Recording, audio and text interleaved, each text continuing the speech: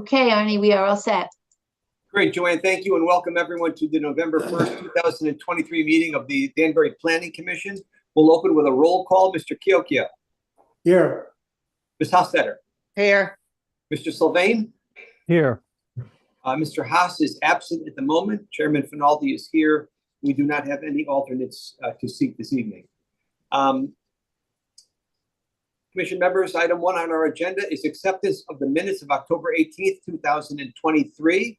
Unless there's any discussion or corrections, I'll entertain a motion to accept those minutes.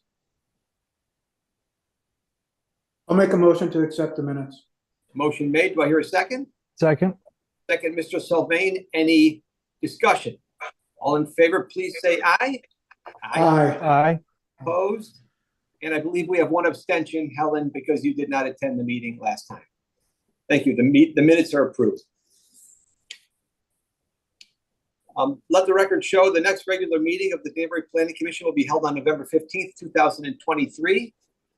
Before we proceed to our agenda, I will read the standard Zoom intro. This meeting of the Danbury Planning Commission is being held on Zoom as a virtual meeting. Even though this meeting is a virtual meeting, members of the public and interested parties continue to have the opportunity to participate in the meeting in a couple of different ways.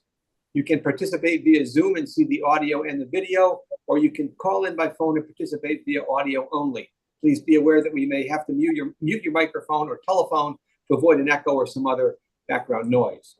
Instructions on how to participate in the meeting appear on the City of Danbury website, and all of the documents and materials that apply to the matters to be discussed during this meeting, including the agenda, are also available on the City of Danbury website. As always, if you have any questions regarding how to participate in the meeting, please contact the City of Danbury Planning and Zoning Department. As a reminder, the entire meeting will be posted on and can be seen on the City of Danbury website. We will follow the posted agenda as per our standard practice. If prior to the meeting, any questions or comments on agenda items were submitted via email to the Planning and Zoning Department, those comments will be read during the appropriate portion of the meeting. Finally, please remember that technology glitches do sometimes occur. Please be patient if that happens. We'll move right to our first and only public hearing this evening, Brookview Commons. Actually, let me read the legal notice first. Legal notice. Notice is hereby given that the Planning Commission of the City of Danbury will hold a public hearing commencing at 7:30 p.m. on Wednesday, November 1st, 2023, in a web-based meeting hosted on Zoom to consider the following matter. Brookview Commons LLC application for revision to special exception approval granted June 5th, 2019 for Brookview Commons Phase 2, request to change conditions of approval, 333 Main Street, I-13034, special exception number 767. A copy of this application is on file in the Planning and Zoning Office for public inspection. Parties in interest and citizens shall have an opportunity to be heard at this time. Agenda to be posted will include instructions on how to access the Zoom meeting and application materials and view the meeting in real time on YouTube. Posted on City website and Town Clerk's Office, October 12, 2023. Published in the News Times on October 20th, 2023 and October 27th, 2023. Purchase order number 2024-8. Going back to the agenda, item 1. Brookview Commons LLC. Application for revision to special exception approval granted June 5, 2019 for Brookview Commons Phase 2. Request to change conditions of approval, 333 Main Street, I-13034, special exception 767. Is there anyone wishing to speak in favor of this application? I would, Please, Dan Bertram. Mr. Bertram. Yes. Please. Hello, everyone. Thank you for getting together tonight just for us, mostly. So I wanted to just introduce who we have as a team here today. We have Steve Sullivan from CCA and Leonard Jackson, who is a hydrologist and is able to speak to some of the FEMA matters that we're referencing in our application. So is it all right if I give just some background and why we are convening? Okay. Yes. Okay, so it does go back to 2017 when we entered into an agreement with the city council for a deferral of assessment increase related to the development of 333 Main Street. And at that time, in August of that year, we kicked off a process to begin to develop the property. And the default timelines for that is 4 years and then another year as an extension. So it took from the time that we knew that the city was looking to have a partnership, is how I kind of view these incentives for taking the risk to develop downtown. It took about a year to develop, well, to get to an actual closing for the property. And that was involving analyses of environmental things that were on that site. In the back left corner there was an old hatting factory and impacted soils. And also there was a hydrologic analysis that we were doing with another hydrologist back. It was VHB, I think, that was the firm we were using. And they were interfacing with Sal Longo from Tappan Howard on behalf of the city. So that was essentially the first year just to get to a closing.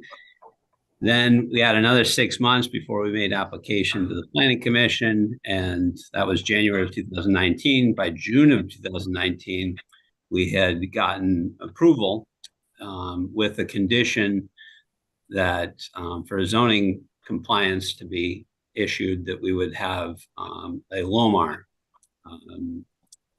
letter of map revision in hand from FEMA to conclude the project. So along that same time period, we did what needed to be done to develop the property and to pursue getting a LOMAR, which was a first step of applying for a conditional letter of map revision. And a lot of this stuff is in the record, but I'm just kind of talking through the timeline of our experience. So even though it was a Planning Commission approval in June of 2019, it was September that of 2021 when we were actually given the CLOMAR. Now, obviously, we were pushing the job along and building the building. I actually looked at, on the staff report, it talked about when we got the CLOMAR and that we started on the site. And I was just kind of curious, is it possible for me to show my screen for a moment? Can he share a screen, Joe?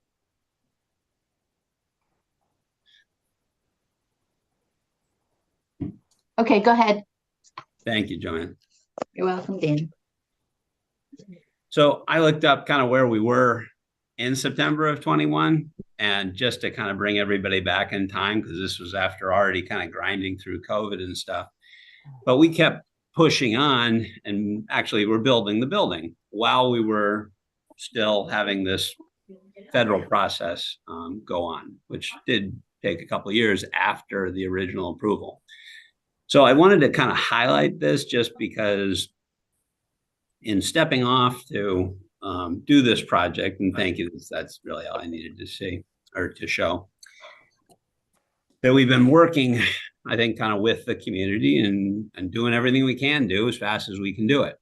And so we got to a point now after that, CLOMAR and finishing the building, where we really did complete construction as it relates to all the things that were called for in that approval, but for the line item we're here discussing tonight, by June of 2023.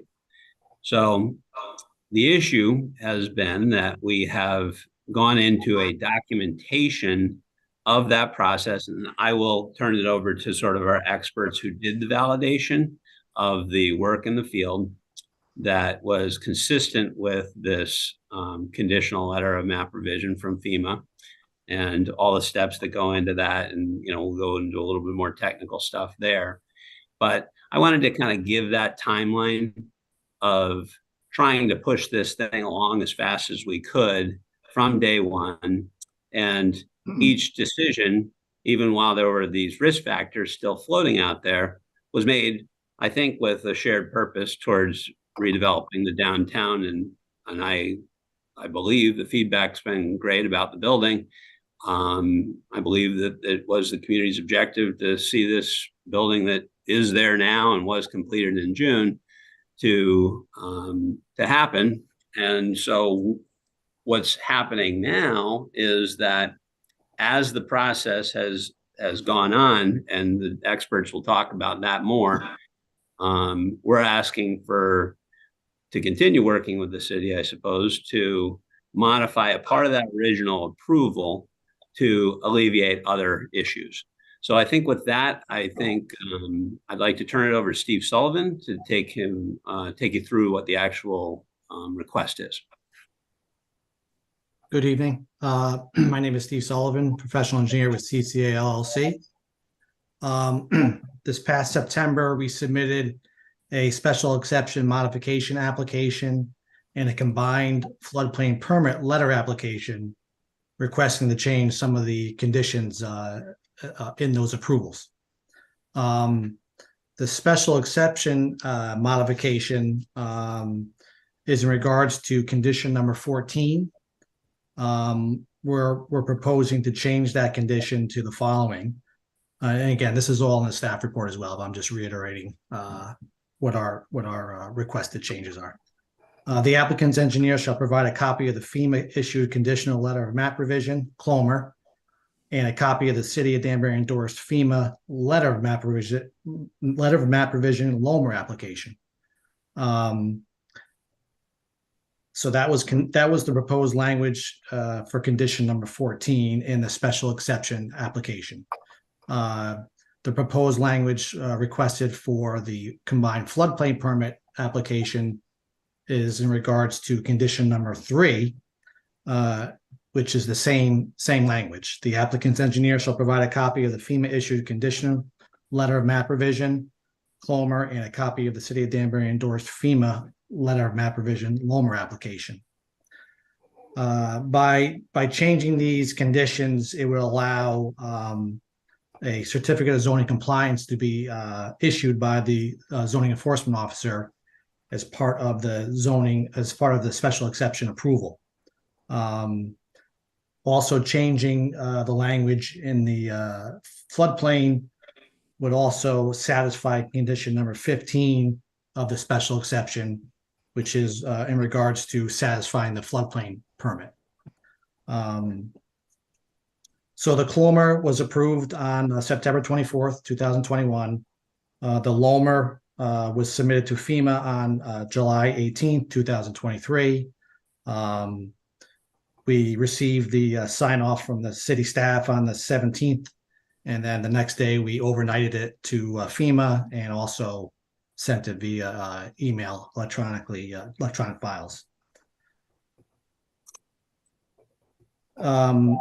So as far as the site development plans, so we prepared the site development plans showing the proposed building, grading, and all the bridge, and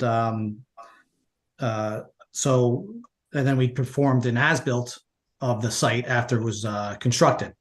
And so the site grading, the building, the bridge locations were constructed in conformance with the approved site development plan package and are therefore in conformance with the hydraulic model that was done by Tate and Howard, which was our consultant within the CLOMR process.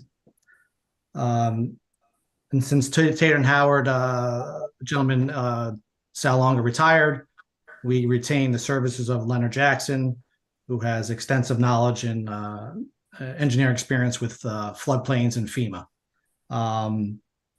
So there were several correspondence that were also submitted with the package from Leonard. So with that, I'd like to have Leonard talk about his findings. Good evening. Just by way of introduction, I am a professional engineer. I'm the principal of Leonard Jackson Associates. I have been a consultant to FEMA for 50 years, and I have prepared many flood insurance studies, many LOMRs, And currently, I have a subcontract to AECom, which is a contract to FEMA, and I review LOMRs. And that's what I've been doing for let's say 50 years. I have reviewed the Tata and Howard application for a CLOMR. I reviewed the hydraulic analysis, and in fact, that analysis and that data was the data that was submitted to FEMA for the LOMR. And so I'm sure that the LOMR will be approved, and the reason is because FEMA has already reviewed the hydraulic analysis, and the condition of the CLOMR and the LOMR is that if you build what was submitted as a CLOMR, then FEMA issues a letter to the city and to the applicant that says, if you construct the project as proposed in the CLOMR, then we will issue a LOMR. Now that doesn't give you anything actually that you can put in the bank. It's only an opinion letter from FEMA. But in my experience, whenever that's happened and the project was constructed as proposed, the LOMR has been issued. Now, Steve prepared the grading plans and he prepared the as-built, and that as-built shows that the project was constructed as proposed, and therefore I know it will be approved. The problem is it won't be approved by the end of the year because there's certain review process going on now. I have submitted all the data that's required of the reviewer. I'm in contact with him. I know him for a long time.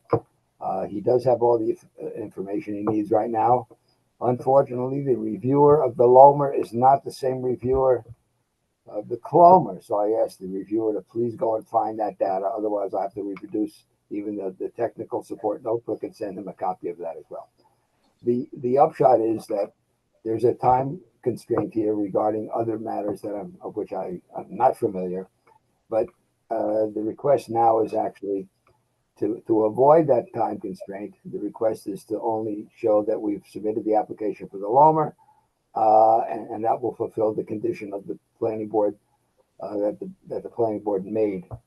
I have written letters because I wanted to make sure that the planning would understand and alleviate their concerns that perhaps they thought that a LOMR was required or a CLOMR was required for an application such as this. And the answer is it's not required. The planning board can require it, but FEMA does not require a letter of map revision in order to demonstrate or confirm that the city of Danbury has administered the National Flood Insurance Program correctly. And it has. It has done that because it required the analysis to demonstrate what's shown in the CLOMR and the LOMR. And I think if there's any concern regarding whether or not the LOMR will be issued, I can assure you, based on my experience and the fact that I have done this for 50 years, I know this will happen. The LOMR will be issued. It's just a matter that the applicant needs this relief from his time constraints for other financial matters.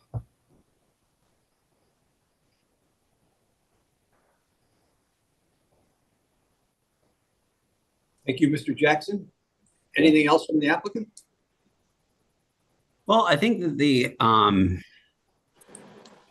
if we could allow probably to, we can address questions and such as we go, but I think that is where we wanted to open the conversation and then perhaps respond to what comes up next, if that's good for now. I think that we would. Well, the way we typically structure. Yeah, would you like us? Yeah. Oh, sorry, Arnie, go ahead. No, the way we typically structure a public hearing is we allow the applicant to do a complete presentation in any form they deem to be appropriate. We then ask, is there anyone else speaking in favor? We then call the opposition, if there is any. And then if any questions arise during either the speaking in favor or in opposition, then you can address them at the end. So that's just how we flow a public hearing typically. No, I apologize. Tom Beecher was not able to be here tonight, so that was that's the pivot. Okay, no problem. A master of ceremonies on this, so I'm stepping in. So no problem. So I know Mr. Bertram, you have spoken, and Mr. Sullivan has spoken, Mr. Jackson has spoken. Is that all for right now? Is that all you want to say for the moment? For right now, I do have something else I'd like to add later, but and I can throw out that when we did review the staff report and such, that we think that there are a variety of ways to address the concerns expressed in the staff report that I figured I would kind of rebut when it comes up. But the short answer, I guess, is that we're requesting just to work with the Planning Commission in order to address this issue that I think is an unintended consequence. And when we look at things such as environmental matters, which is something that the city of Danbury has much more experience with just because of the hatting factories and all the history of that and redeveloping downtown, which of course we've been heavily involved with over the years, there have not been requirements that pieces of the process like environmental matters like the DEP be addressed in order for zoning compliance to be achieved, right? They've, you know, as it pertains to this commission. And so the linkage to a federal process, I'm requesting consideration to think about it in the way that environmental matters are processed, where the DEP is still involved in Kennedy Flats, right? And making sure that there's an O&M program, that just that there's that remediation that's ongoing and the encapsulation, things like that. Inclusive of this site at 333 Main, we have some, you know, contaminants are buried under the building. I mean, there are other things that have gone on, but all of which that we're allowing the planning approval to be fully satisfied without it going on for years like this. And so I'm just throwing out that we made every effort to do this as quickly as possible. And if we had said to the council that we needed 7-8 years to build this building because we had a crystal ball and we saw the regulatory requirements that may come down the pike, because we really didn't. We'd redeveloped downtown before, but this hydrology piece, the fact that it took 2 years to get the Clomar, a year to get this deal closed, it's just dragged on. And then this post-completion of the entire project is looking like it's a 9 to 12 month process. If I'm just spitballing and guessing, but it's a very extended thing. And so I don't think it was anybody's intention to have this type of wrench in the works as it relates to other deals that made it possible to do this project, right? Which was the tax abatement. And we're trying to highlight that and ask if this were something the commission would consider, it would address a lot of issues that are coming to a head right now. And so that's why we're here tonight, and we appreciate your time. Thank you, Mr. Bertram. Is there anyone else wishing to speak in favor of this application? Anyone else in favor? Is there anyone else wishing to speak in favor of this application? I can't see everybody on my screen, so I would ask Joanne or Jen or Ali, if anyone raises their hand No. and I don't see them, please tell me. Okay, thank you. Is there anyone wishing to speak in opposition to this application? Anyone? Yes. Okay, Paul Rotello. Mr. Rotello, why don't we start with you? Chairman, good evening. Paul Rotello for the record, 13 Linden Place, Danbury. Mr. Bertram, I'm a member of the City Council representing the 6th Ward, which is affected by this. It's essentially across the street. Mr. Bertram came to the City Council a few months ago asking for an extension. It was the 2nd or 3rd one for this particular parcel. It was granted. The vote was split, but I think it ultimately passed. At the time, I was not aware of that he would be going in front of the planning department for a modification of his flood plan permit. It was my understanding that he had modified the flood plan permit, that it was in the process of being accepted by FEMA, that he had brought someone essentially out of retirement. I guess that would be Mr. Jackson. Somebody who was very good at this. And indeed, within a couple of weeks after that meeting, we had a so-called 100-year flood and the spillover from the banks. And by the way, Mr. Bertram did a great job on the Still River, recarving that and making an eyesore into a recreational space for his tenants. But the spillover of the banks essentially matched the, I guess the proposal that was submitted to FEMA. So the officials at the time were pretty much in sync with the proposed plan that was going forward with FEMA and the actual reality on the ground when the flood happened. I'm not these words like Coloma and Loma and things like that are new to me.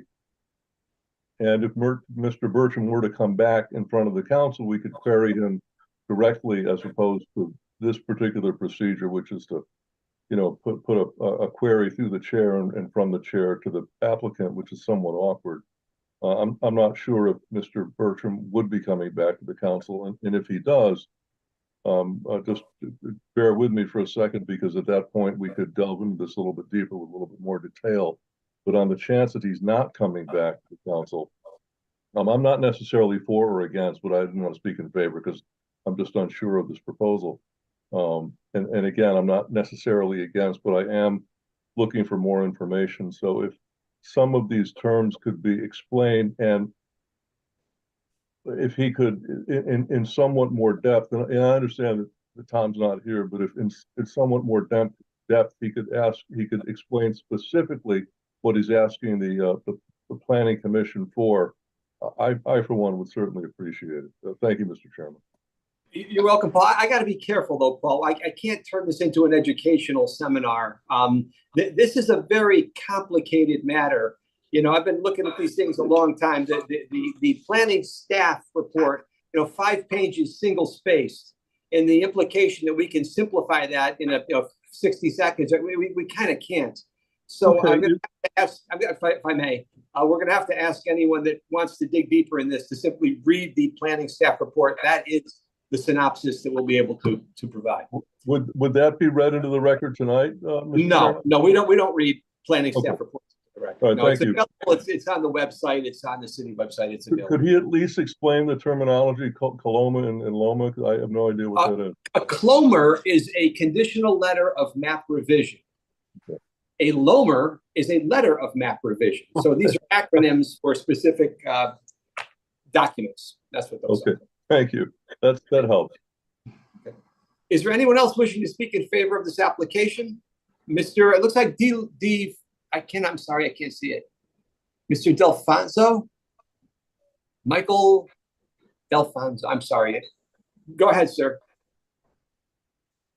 Hi, I'm Michael Delfonso. I live at 40 Middle River Road in Danbury, which is one house away from the dam at Westlake. And we have FEMA flood insurance and have had for years.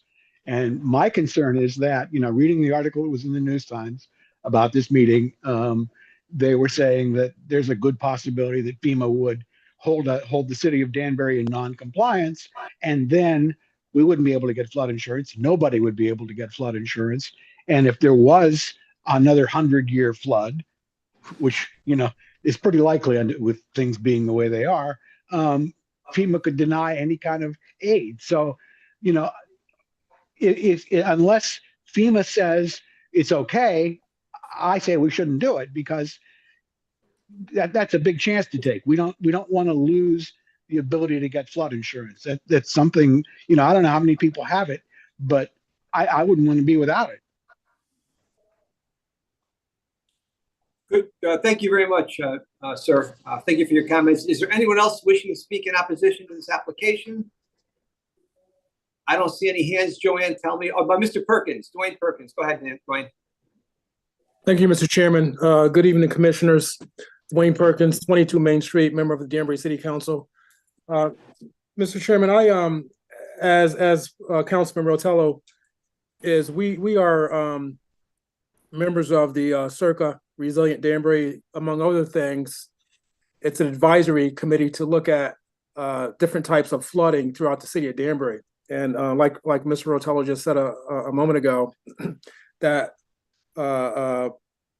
rather sizable storm that came through here several months ago, it did everything that the Fed said it would do in that area.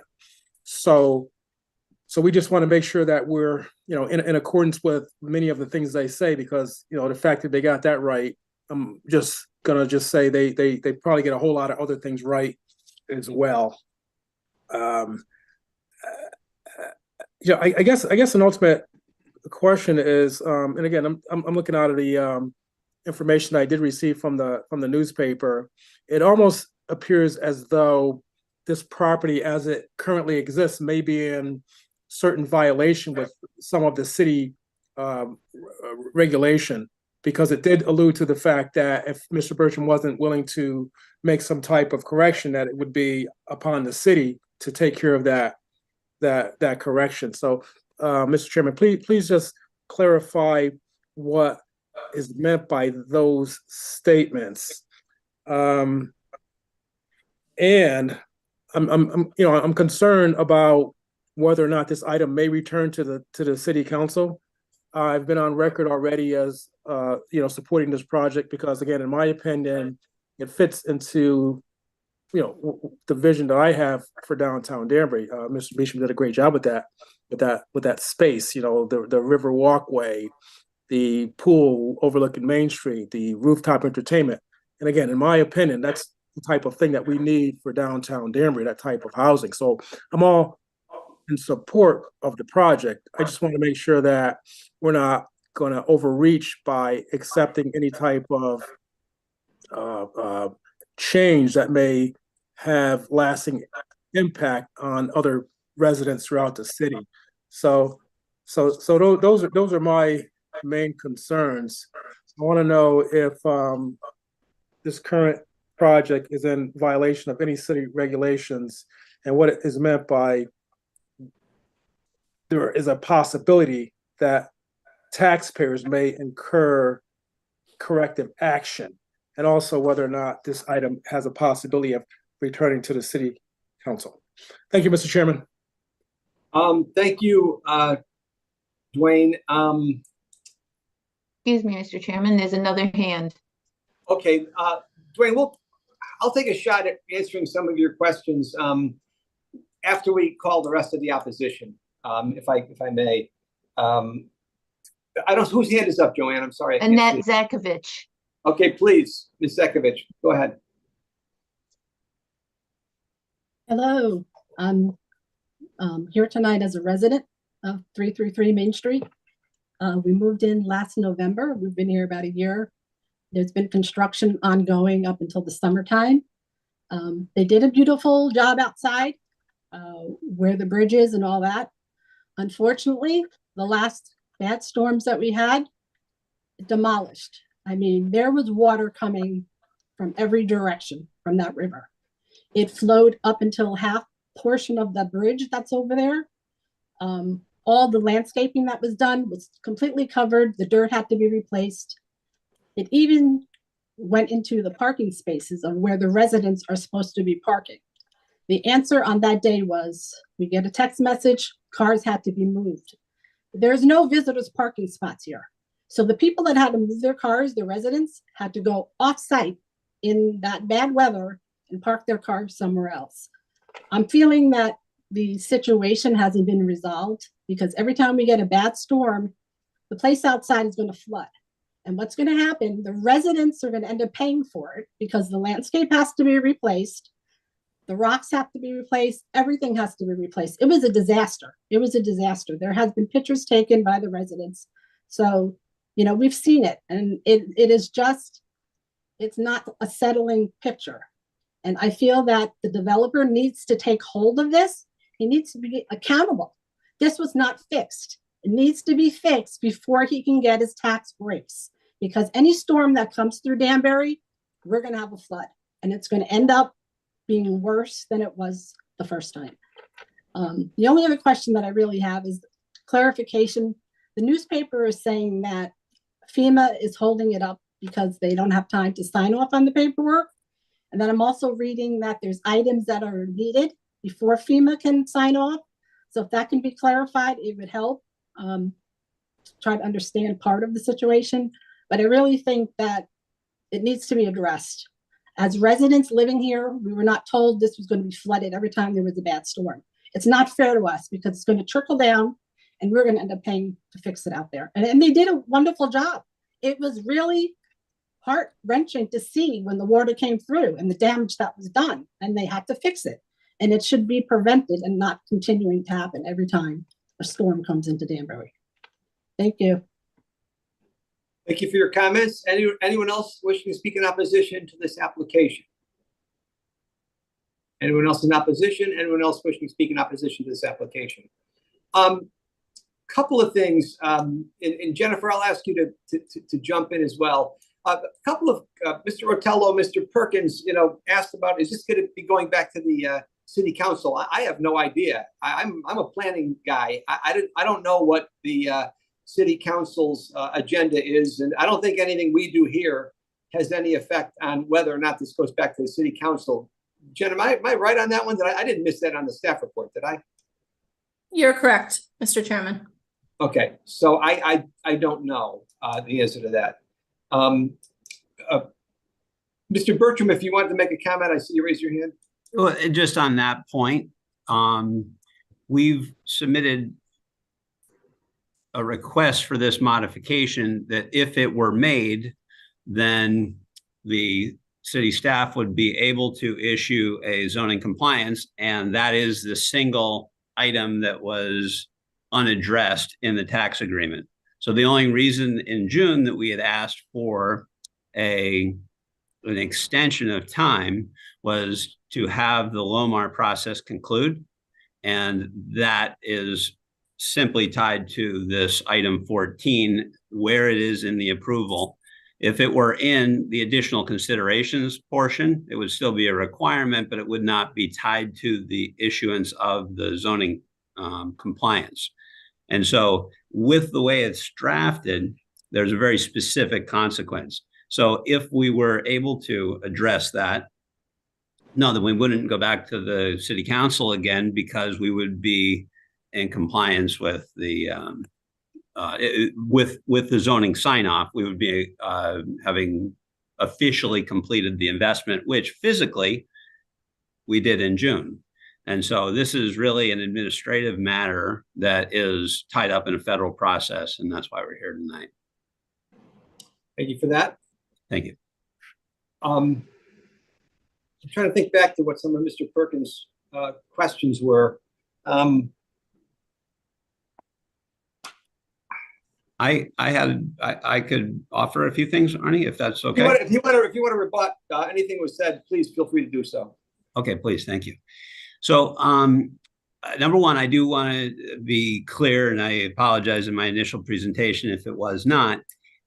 All parties are signed off on all local parties have submitted to FEMA that we believe that the work has been done exactly pursuant to the terms of the conditional letter of map revision.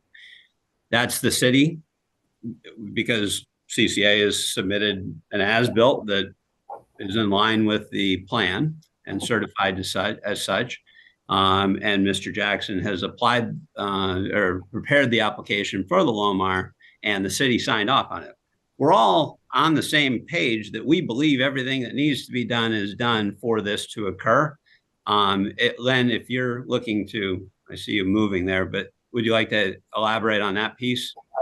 I think maybe taking the chance of boring everybody, I might be able to do a 3-minute dissertation about what FEMA does and what the map revision is all about, and what the program is. So maybe people, the public or the board, could get a better understanding about what it is we're asking. By the way, the bottom line of what you're asking is that you, in order to get the certificate of whatever you called it signed by the end of the year, you want relief from the time constraints to allow you to get your letter of map revision completed, and it'll be completed after the year. So all you're asking the board is to give you that time to do it and not make the completion of the LOMAR process a requirement of you obtaining your certificate. Did I explain that right? Okay. If the board would like, I could run down what FEMA does and what the map revision is all about. It's not that complicated, frankly. FEMA subsidizes flood insurance and does other things as well. And flood insurance rates are based upon the maps that FEMA prepares to show the hazards or non-hazards of a community. And that's why the issue a flood insurance rate map, that's the FIRM, F-I-R.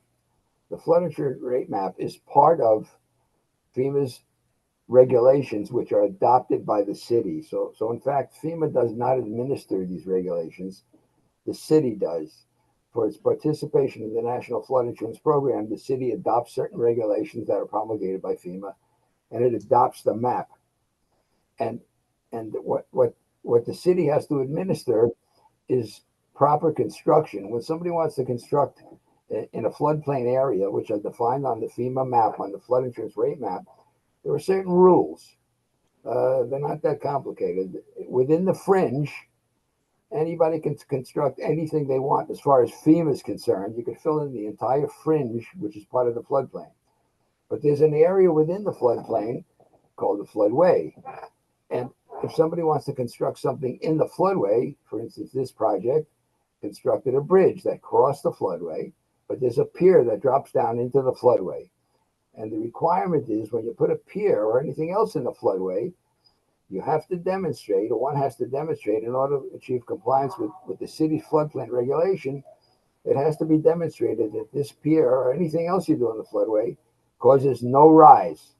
By the way, in the fringe, you can build things and cause a rise. That's permitted by the city's ordinance, permitted by FEMA's regulations.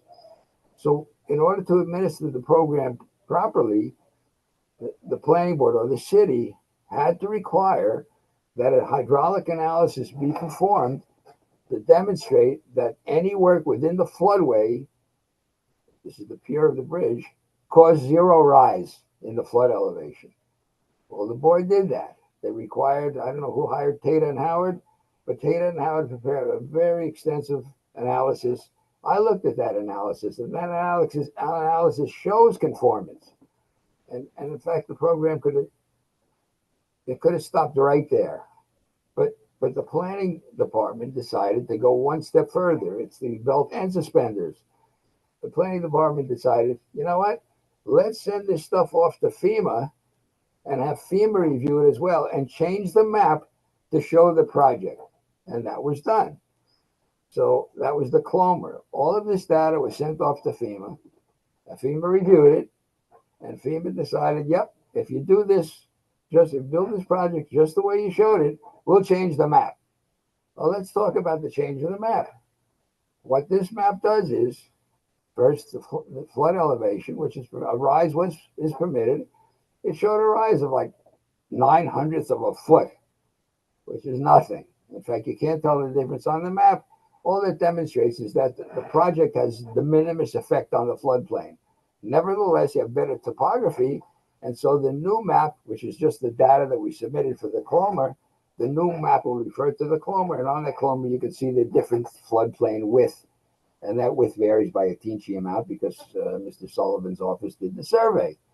And that's the change to the map. It made the floodplain is a little changed because of the topo, not because of the elevation change. That you couldn't see. It's the topo is better. So the map is changed. The flood insurance rate map is now changed because of the topography. And the other thing that the analysis showed was that the bridge pier didn't do anything to the water elevation. But what Tata and Howard did was, let's refine the floodway and change the shape a little bit. Frankly, I'm not sure why they did that. They changed the shape a little bit just because they had better topography, and that was part of the change also. So the map changed, the FEMA map changed, the flood insurance rate map is changed by a tiny amount only to reflect the project. Doesn't change anything that happened upstream or downstream. It really only affects the area of your project and some people adjacent to it. And the only thing they learned from it is that the water surface elevation is not 372 or whatever it is, but it's 372.06, which frankly means nothing. So what happens is this application is really the suspenders part of showing that the city fulfilled its obligation under the National Flood Insurance Program. And frankly, when I looked at the planning department's report, the recent one, it said, you got to be careful because you can be thrown out of the flood insurance program if you don't apply, you don't require conformance. Well, frankly, your regulations have already been complied with. They're complied with because you require the applicant to produce analyses that demonstrated you're in compliance with the floodway requirements that you adopted. And that's where we are now. All we're asking for now is the time to allow FEMA to adopt this new map, which has a de minimis change to the old map. It's strictly administrative. And the applicant is asking you for the time to get that map approved. It doesn't change anything really in terms of the flood elevations or floodways. It's really just the suspenders part of what your planning department recommended. And frankly, I know it will be approved because you built the job the way it was designed. And Mr. Sullivan will confirm that. And that's where we are. The whole thing is an administrative process. It doesn't affect flooding. It doesn't really affect anybody except you and the project. And the project happened to be done. It's a very nice project. From the projects I've seen, you've done a very nice job. And that's where we are. Does anybody understand anything of that? Any questions? If I don't get questions, I think I've spoken too quickly. So I have a question, if I could. Again, I'm not an expert like you, Mr. Jackson, on FEMA or LOMERS or CLOMERS, but I am looking at a letter from the state NFIP coordinator. This is from, looks like Diane Ipkovic from the Connecticut DEP. And I'm looking at page 3 of her letter, last paragraph. I'll just read it. If a violation is found during the LOMER process, the LOMC reviewers will forward the violation to the FEMA Region Office 1 in Boston, which subsequently will be forwarded to me. At that time, the FEMA Region 1 office will contact city officials to discuss remedying the violation. If the violation is not addressed, FEMA could put Danbury on probation. If no cooperation is provided by the community, FEMA could suspend Danbury from the NFIP.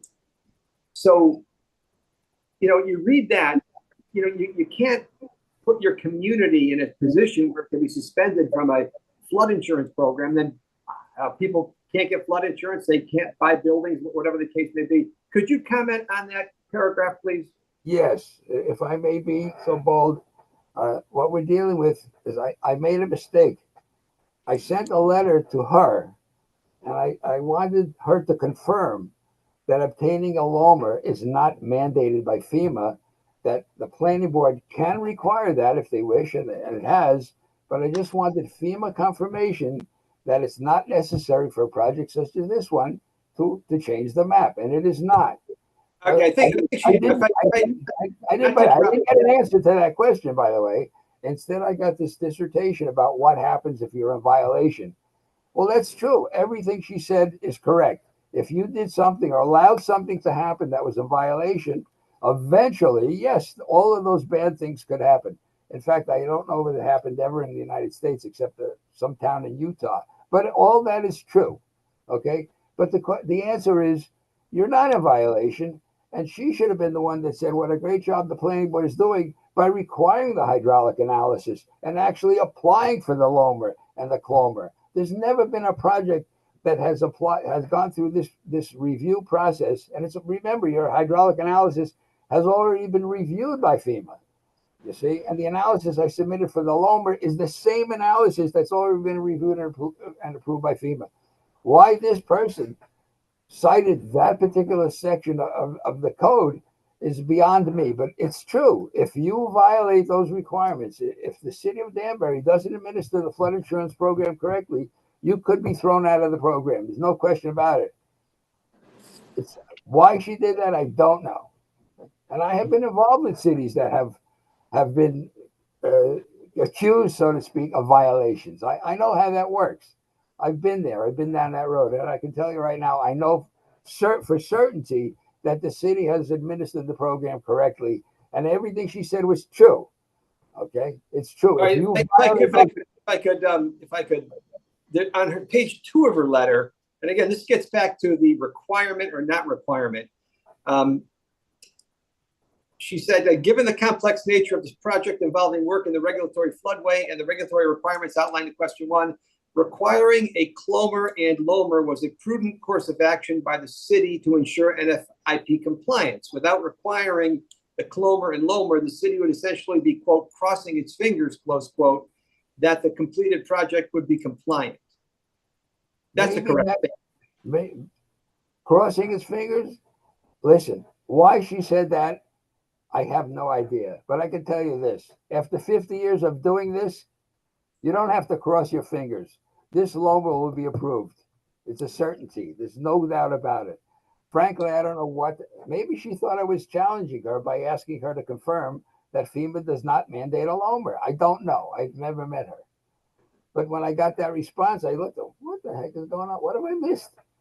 Maybe there's some other controversy going on. I really don't know. I'm not that familiar with the politics in Danbury. But frankly, I was shocked by that response.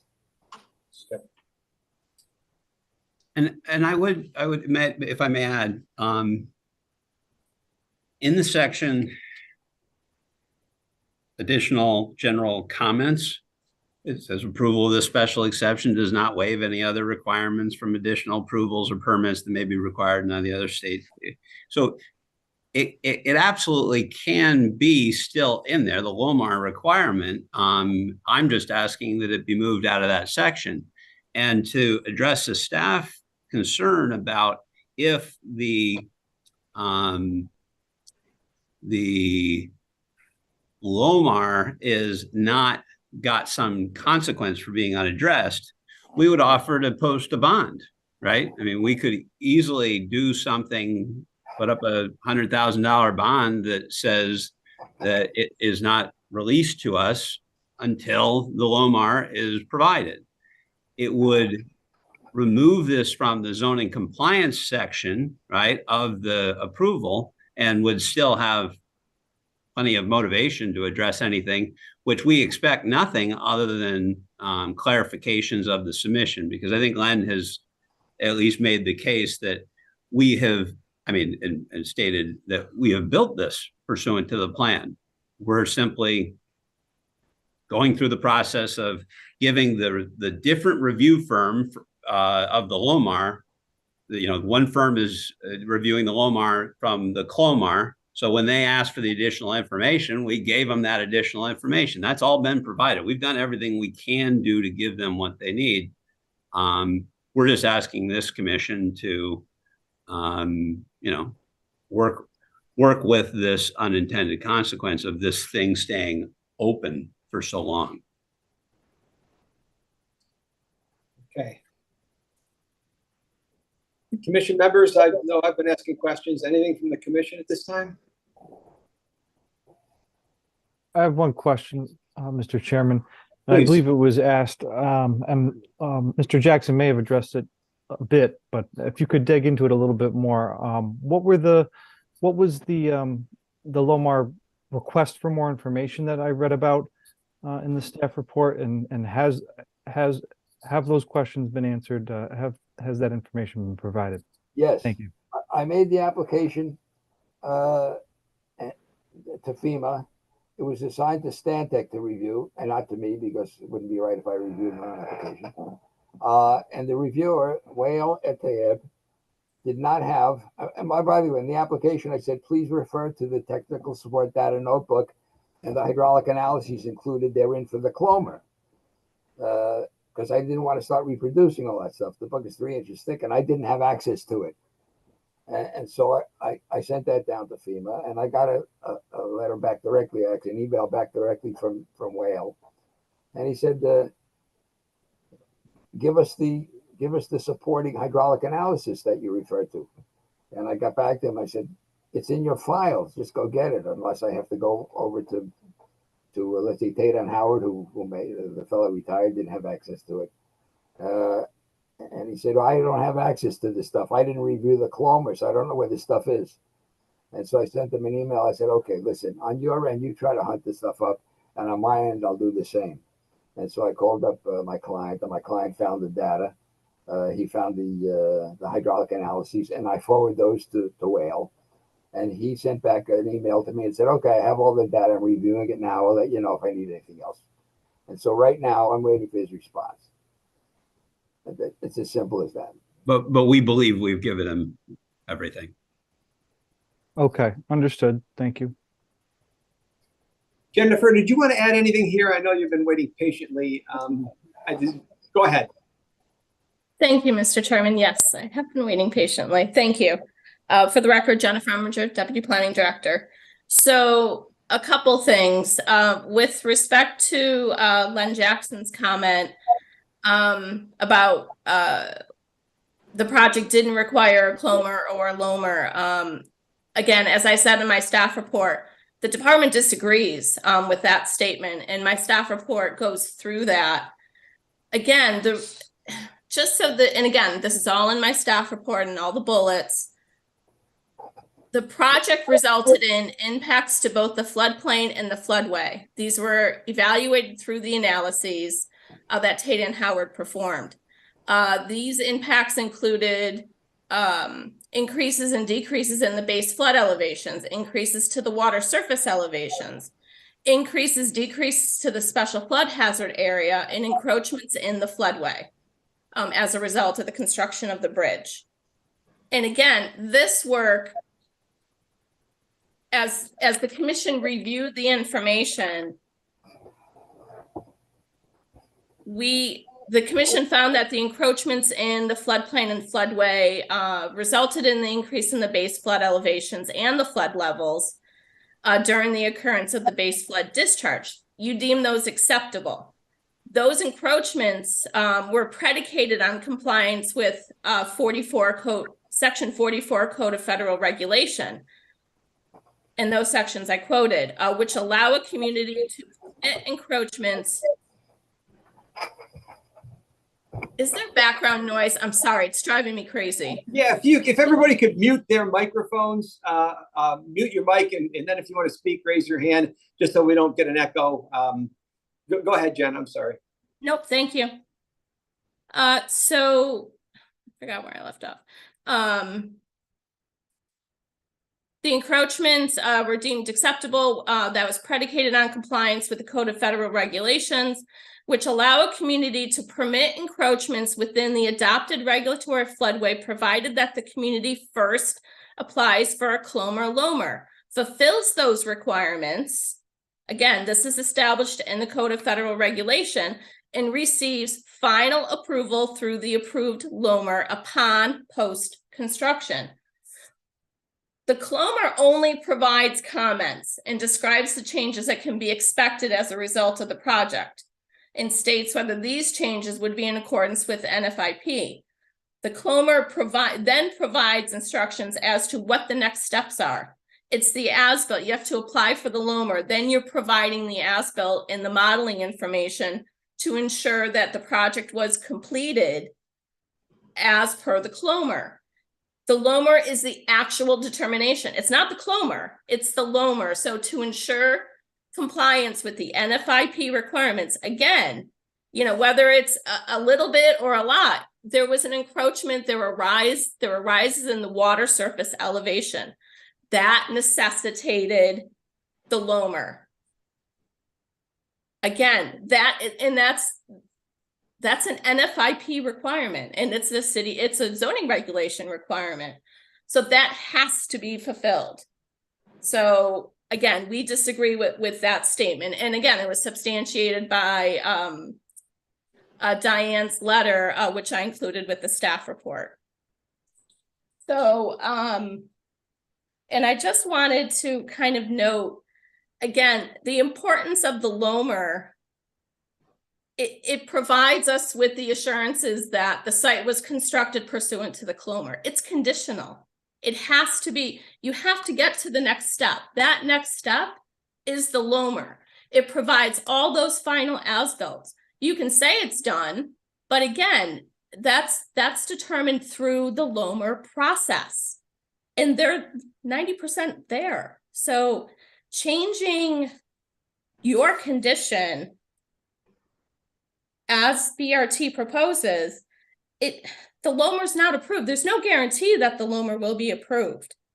And at that point, requiring it at the tail end, we have no leverage. There's nothing to compel BRT to remedy those violations. We don't have the ability to require a bond, as Mr. Bertram suggested.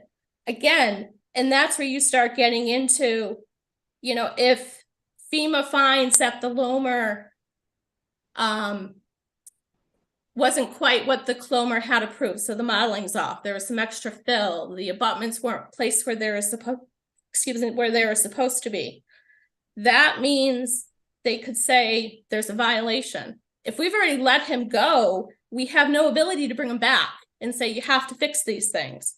Then that leaves the city responsible for that, because at that point, as Diane said in her letter, we would be found to be in violation of the NFIP.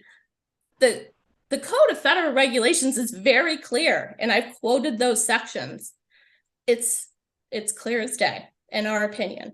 So if it's changed as proposed, we can't require him to make those changes. We're in violation.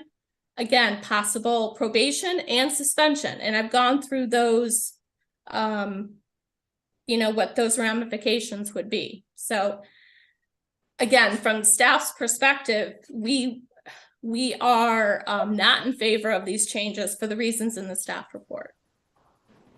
Thank you, Jen. Thank you for that clarification. I'll let, well, Mr. Bertram or Mr. Jackson, you're both on the same team. You could decide who's going to speak. I'd like to overrule Mr. Bertram, just in case. All right. Yeah, so I'll go first. Number one, we're not going anywhere. I think that's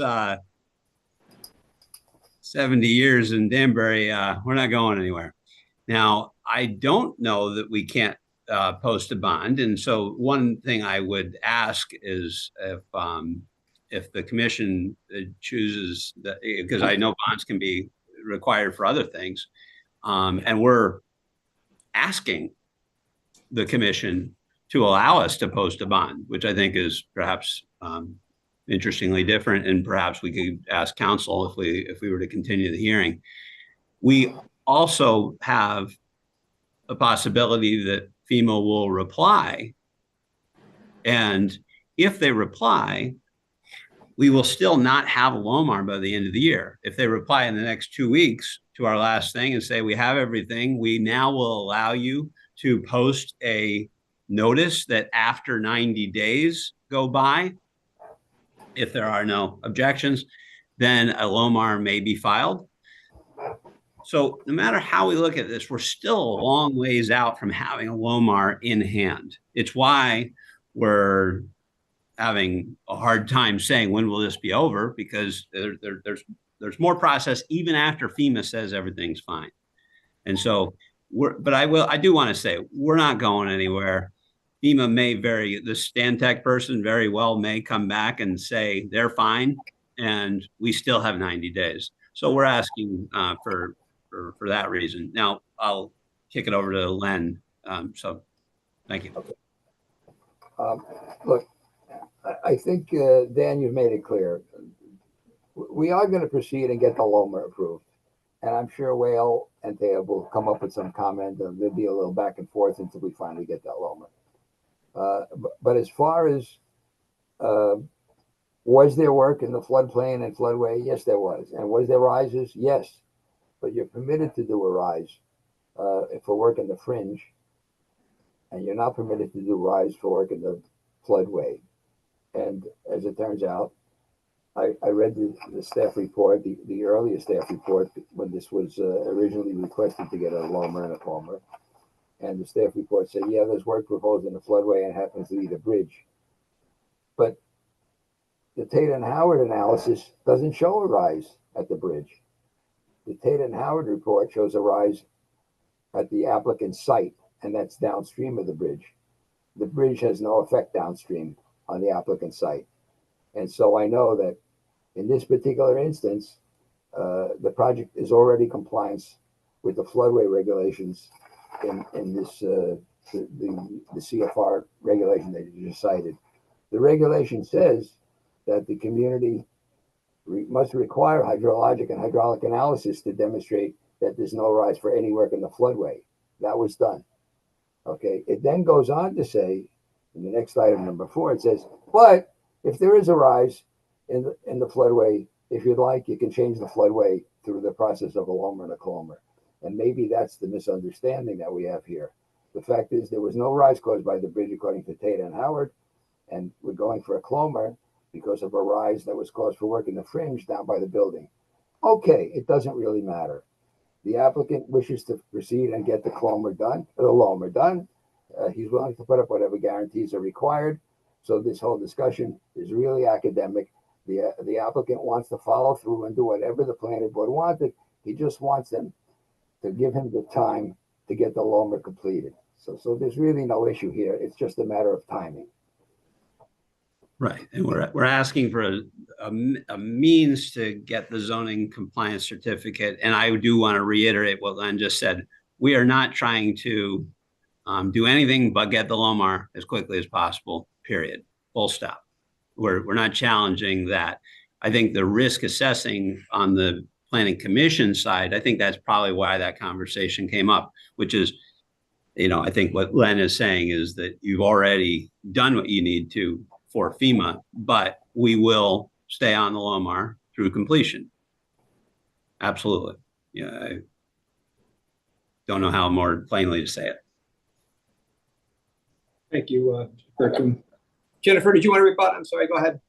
Yeah, if I may, Mr. Chairman. So again, the work, whether it was because of the bridge or all of the work cumulatively within the fringe and the floodway caused rises in the water surface elevation. The abutments changed the water surface elevation. Tate and Howard made that determination that a CLOMR was the CLOMR-LOMR process was required. Again, it was a rise. You doing work in the floodway, it says 0.0 rise. The work that was done in the floodway resulted in an increase. That increase requires compliance with NFIP. Plain as day. That is the department's position. And that was Tate and Howard's position. And then that's the state of Connecticut's position, as well as them speaking with FEMA District 1. So again, this is a process that's required. In compliance with the NFIP is required. Part of that requirement is fulfilling the LOMR process, not changing it midstream and saying, okay, we're going to let you, we're going to issue zoning compliance just based off of the CLOMR. The CLOMR is conditional. It's not the final determination. Final determination comes once FEMA issues their LOMR.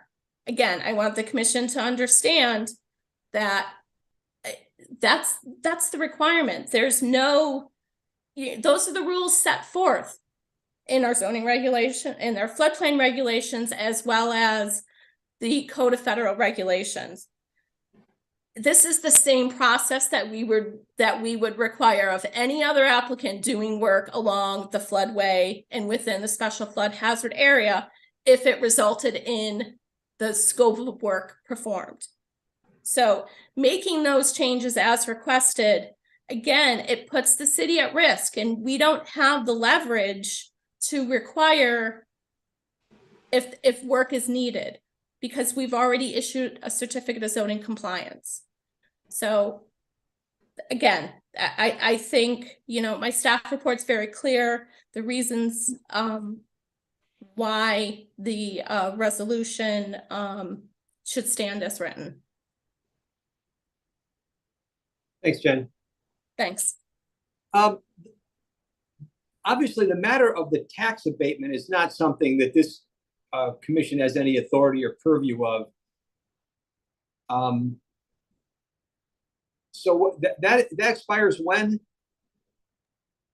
On December 31st. And it's already, without a zoning compliance before that, even if FEMA ruled on this tomorrow, there'd be a 90-day period before the LOMR would be issued. Now, in discussions with staff, there was an indication that if they had signed off, this being Stantec, and we were just in an appeal period, they might have a different approach to, recommendation, which is one of the reasons I'm asking for the hearing to be continued so that we can continue to hope that that comes through. The tax abatement date of 12/31/23 was established by who? That's a city council process. They did a 6-month extension in June to the end of the year, the full council. Can they extend it again? They say no, which is why we're asking for this consideration.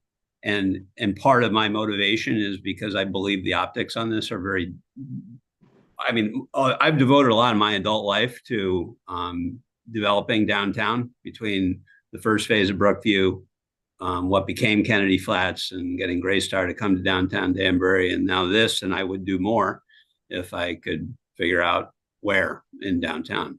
So it is a mission calling for me. I think it's very destructive to other potential developers that if we come in and do make an investment that is in line with, or maybe even exceeding expectations, and then for a technical compliance reason, because we're not contesting the LOMAR process. We're saying whether or not it must be tied to the zoning compliance. It can remain as other items in the approval that we stay compliant with other regulatory agencies, other regulatory, requirements. And this one being specific. And like I say, I would like to ask Corporation Counsel to weigh in on the bonding option so that we have legal input on that for a next meeting. I'm not sure this commission has authority over bonds. I don't think we can do anything on that. There's some subdivision bonds with road completion, stuff like that. But in a situation like this, where you're waiting for federal approval or approval from a federal agency, and I just don't think that's within the purview of this commission. We don't do those type of bonds. I just don't think it's anything we do. Maybe the city could do it, or the city council, but certainly not the planning commission. It's not my. I just don't think we do stuff like that. I've never seen it. All right. I guess then the other question would be, should, from the standpoint of leaving the hearing open to allow Stantec potentially to weigh in on this prior to the end of the year, and the consideration being that if it's just an appeal period that's outstanding, that's another angle on this. So, well, again, leaving it open would imply that we're waiting for more information. Well, if FEMA were to say that it is fine to proceed because that's the validation that it complies with the CLOMAR, that is what it would mean, in my view. And we can ask Len to second that. That would be new information between now and the end of the year in the relevant time period there's a reason we're here making this request. And we're simply asking for consideration. Mr. Chairman, if I Yes. may, Go the ahead, Jim. request before the commission is to amend that one condition and add the other condition at the end. It's not to make some type of, if FEMA signs off on the LOMAR and they're still going through the appeal process, again, it's a 90-day appeal process. Once the as-built are submitted, it then goes it's noticed in the paper, there's a legal notice, and the neighbors are notified. The affecting neighbors are notified that it's a 90-day process at that point. What's before the commission is the change to the condition. So keeping it open, again, that's not what's before you. Well, we got a change. Oh, I'm sorry. Dan, if I may. Yeah, It's not a change to how it affects during the appeal process. It's the change that he's requesting. That's what's before the commission. And what FEMA approves after the fact, it's it's not pertinent to what's been requested of the commission.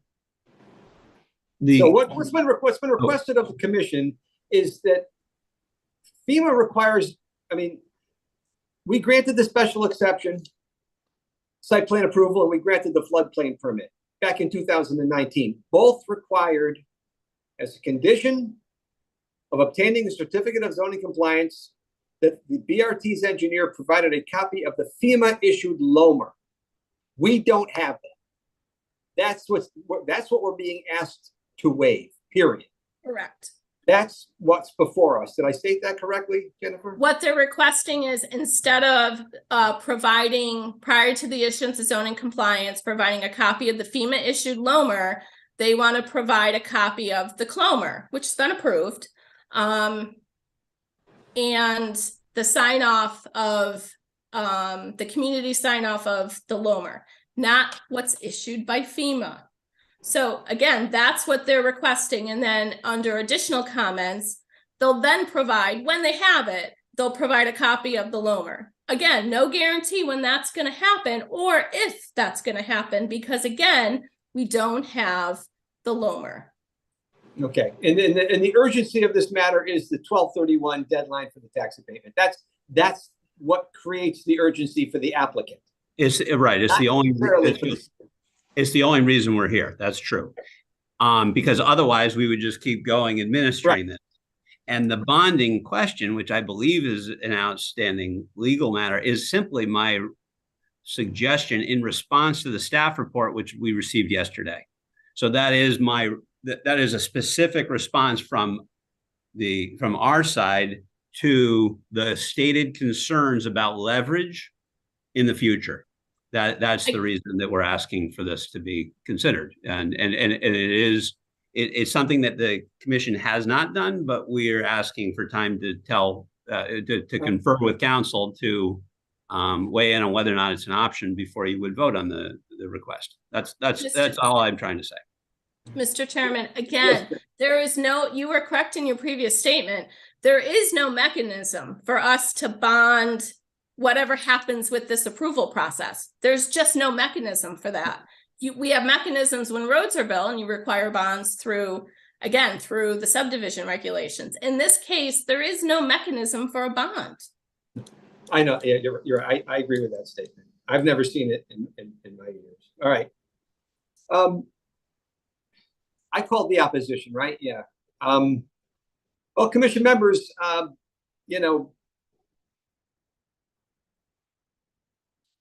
I don't know if anyone has an opinion on keeping this public hearing open or closing it. You've heard pretty much everything there is to say. Does anyone want to weigh in on that issue?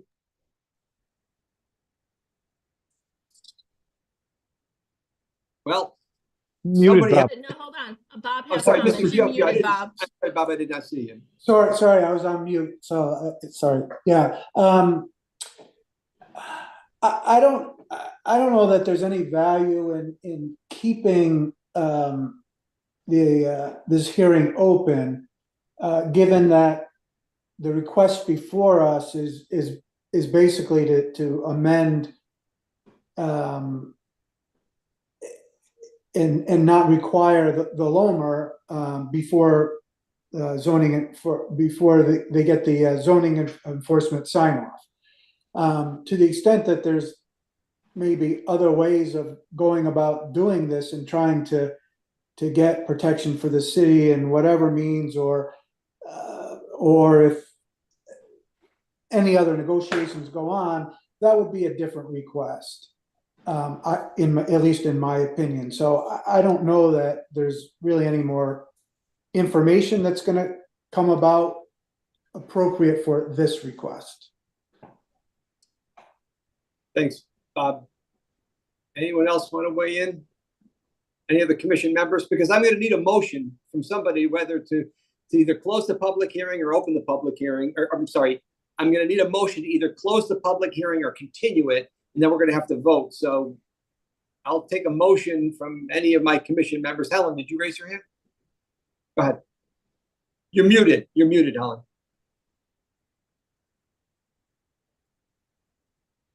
I still can't hear you. You're still muted. Can anyone hear Helen? I can't. No. Helen, you're still muted. Okay. I was unmuted and then it went back.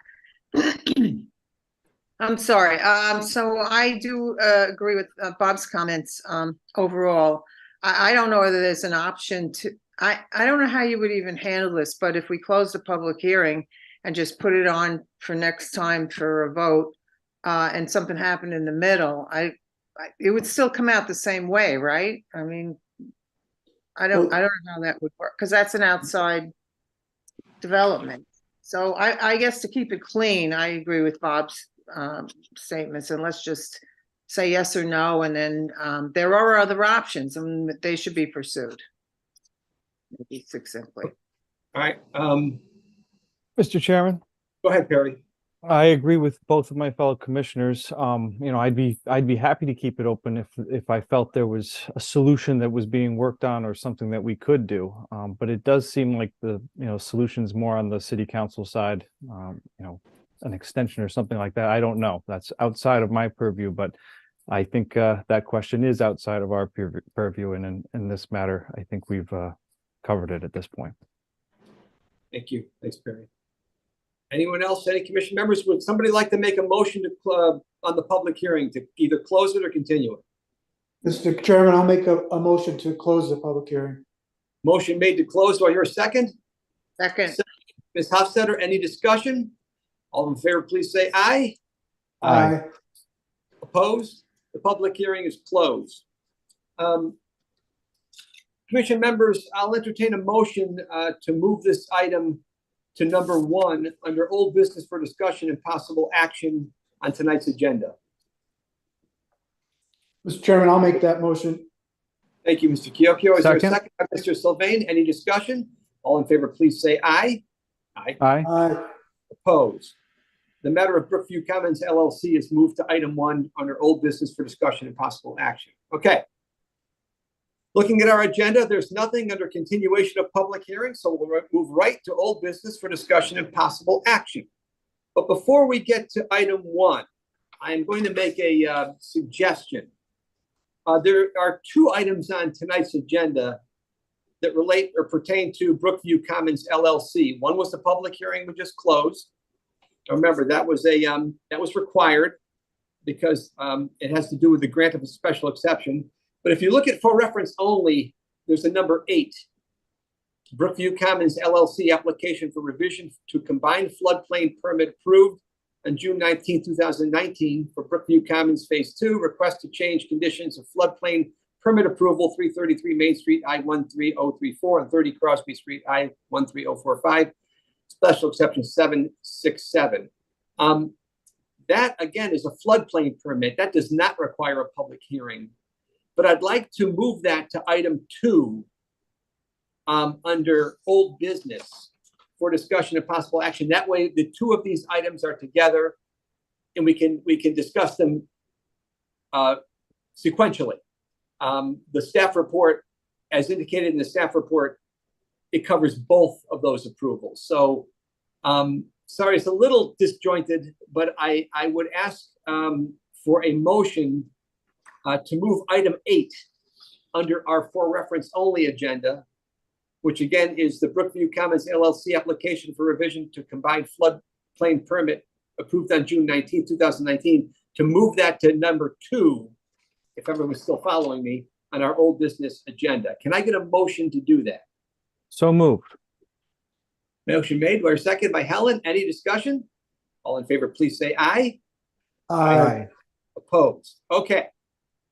Now, this is the part of the meeting where the commission, the public hearing closed, and this is the part of the meeting where the commission gives guidance or opinions to staff so they can draft a resolution. So just so everyone's on the same page.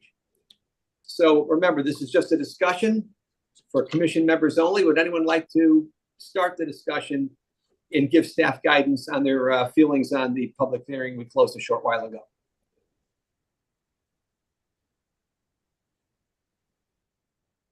No one wants to talk about it anymore, huh?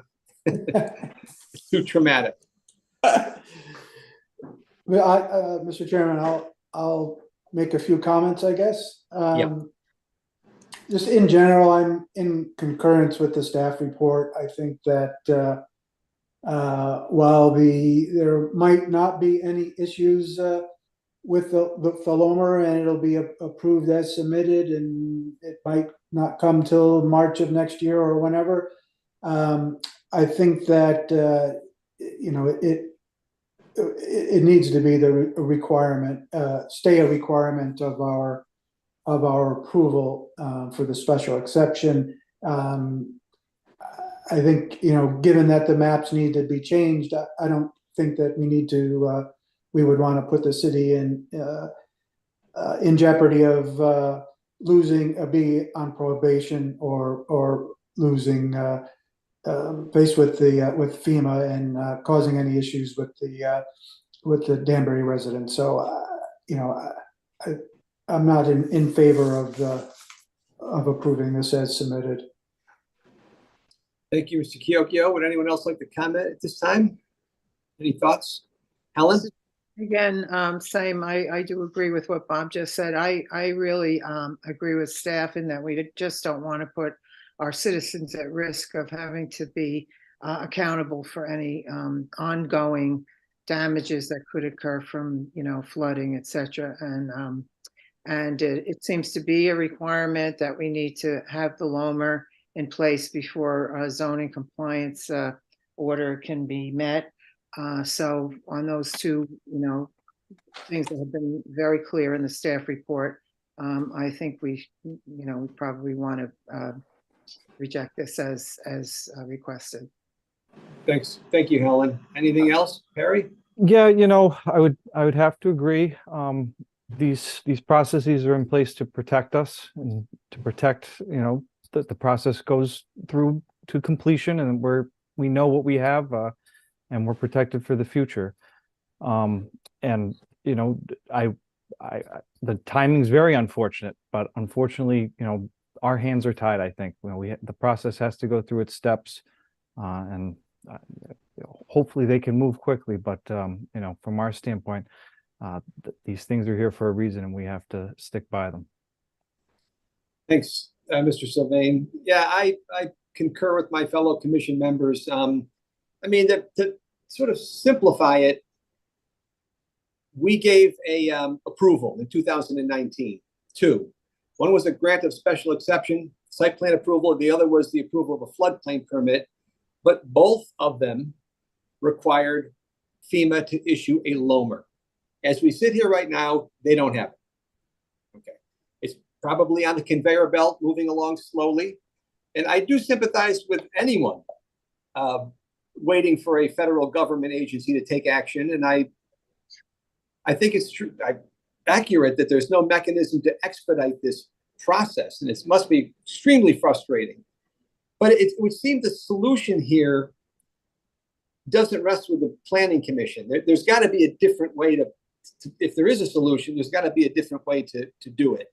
I understand the clock is ticking on tax abatement, and that makes perfect sense. It lends a sense of urgency to this, but the staff report is very comprehensive and very thorough.